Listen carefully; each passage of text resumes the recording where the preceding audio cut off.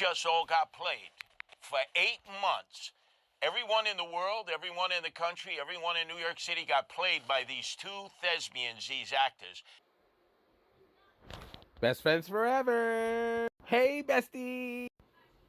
Let's talk about it. Because remember, 8 months ago, we thought it was Godzilla versus King Kong. There was ZOHRAN MAMDANI calling Donald Trump a fascist. He's not.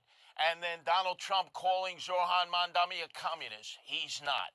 And then, as you mentioned, just recently, the president said, I'm going to withhold $7 billion of badly needed federal funding for New York City if you elect ZOHRAN MAMDANI. And then ZOHRAN MAMDANI, on the night of his victory, turns and looks into the television and says, Donald Trump, if you're listening, turn up the volume. So they're like antagonizing their followers. And then all of a sudden today we're expected to believe kumbaya. Everything is fine. Everything moves normally. No. I don't get played. I feel that I, like the American people, were turned into suckers to all of a sudden start adversarially wanting to go at one another when in fact we can see the reaction today, which is, oh, you're going to be building. Okay. So, I don't know what they said to each other, right? I don't know what ZOHRAN said to Donald Trump. I don't know. But whatever he said, Trump, I have not seen him glow very often. I think the last time I remember seeing a true glow on his face was when he was at that fast food restaurant and this black woman was super excited to meet him, and he had the same kind of smile on his face. He looked like Grandpa Trump. You know what? If Trump looked like that all the time and behaved like that all the time, I wouldn't have near as much of a problem with him as I do now. I just want to say that. I mean, of course, aside from his policies, right, and all the damage he's doing, you know, if he wasn't doing that stuff either, of course. But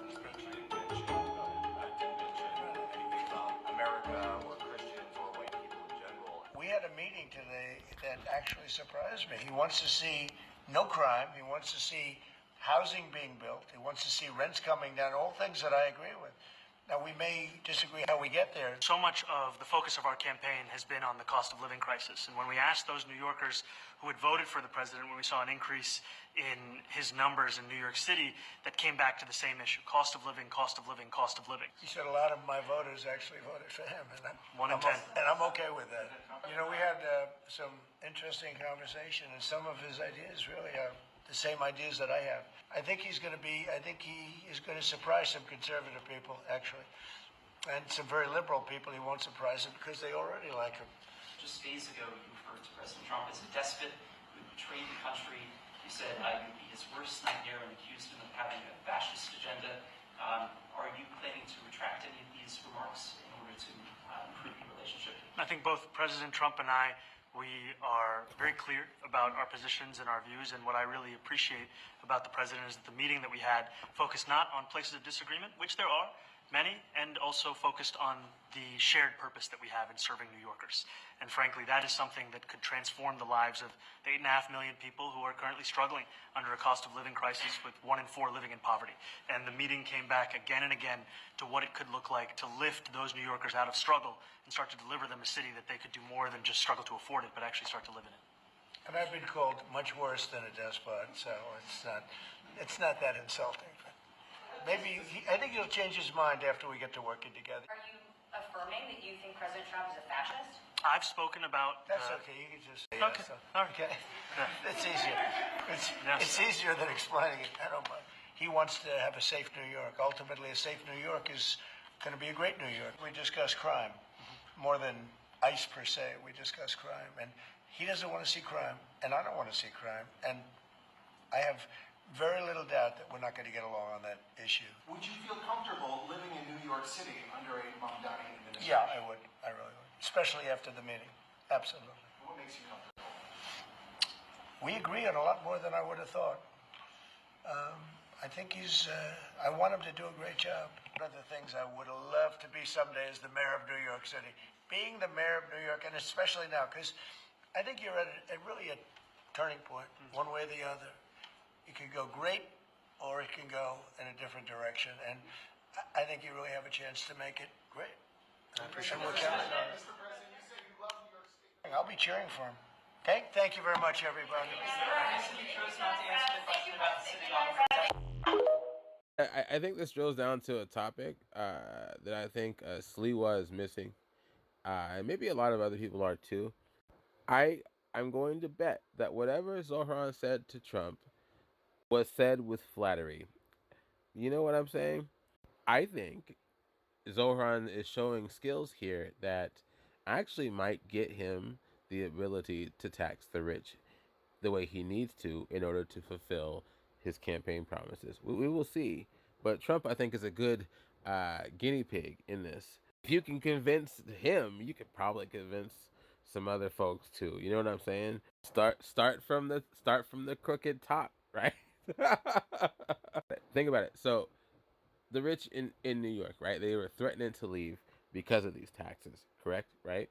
That is, again, the big way that Zohran would get the money to fund the lower housing, the lower food, the free bus rides, right? Correct me if I'm wrong on any of that, but that was like the whole idea. And I kept wondering, like, how's he gonna be able to get those rich taxed, especially when I hear the governor of New York wasn't going to tax the rich. How was he going to do it? And then you see this, and if he can butter DJT'S buns like this, I'm just saying, I'm curious to see whose other buns he's gonna be buttering. You know, you get more flies with honey, right? Okay, now what about the heat they're throwing at each other? And that, what's kind of funny. I think there is some theater there, in that I'm sure that they, like, for example, like Donald Trump saying that he was surprised that he agreed with so much of what Zohran wanted. But I don't know why he was surprised. I mean, these are things that Zohran has been running on, that we have all known about. Wanting a safer New York, wanting a cheaper cost of living for New York. These things have been widely known.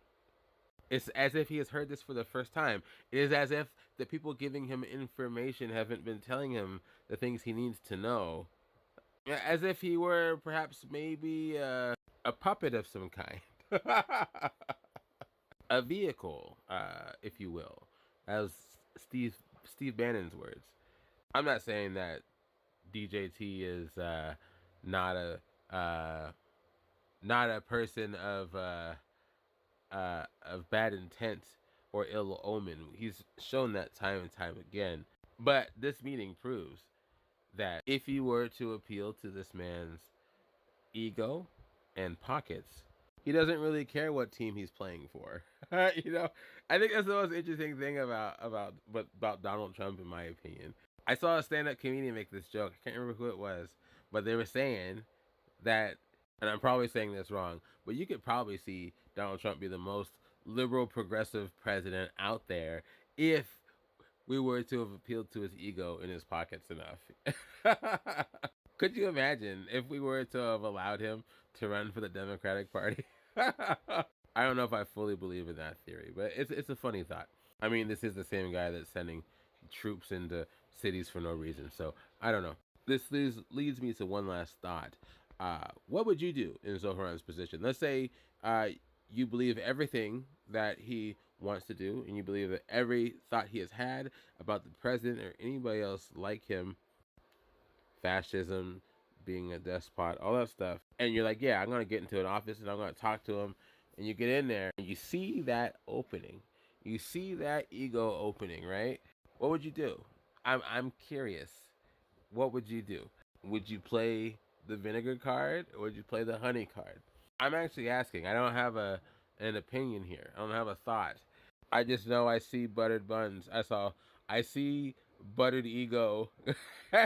I can see it from a mile away. Look at that glow on his face. It's okay. You can call me a fascist. I tell you, if I'm correct about Zohran in that smooth honey voice of his, he's gonna get that. He's gonna get them rich people taxed, and I can't wait. Okay, I'm done. Let me know what you think, and yeah, have a good day. And like and share if you like what I'm saying, and comment if you do or don't. And if you really like what I'm saying, subscribe, and I will talk to you later.